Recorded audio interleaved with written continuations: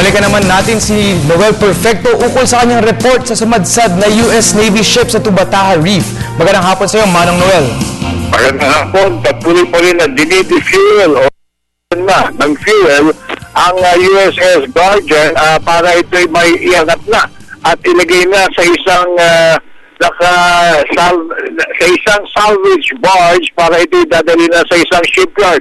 Itong naunang inanunsyo ni Admiral Thomas Carney ng US Navy at ang task force ng Philippine Coast Guard, sila'y magsanib pwersa at kaya nga nag-decide na sila na ang pangalawang option para isalvage na lang ang minesweeper o ang US Navy fleet na USS Guardian.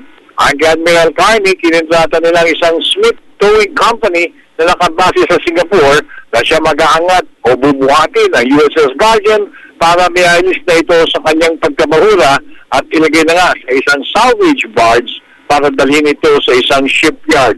Sinabi pa ni Rear Admiral Isorena ng Coast Guard Commandant na ang pag-aalis at pagtatanggal ng fuel ay para na rin mapabilis ang pag-angat nito at mailikas na nga sa pagkabahura ang nasabing minesweeper. Yun muna ulat mula pa rin din sa Maynila sa Guard kasama po rin si Larry po at Erwin Navarro, Noel Perfecto para sa Telebisyon ng Bayan.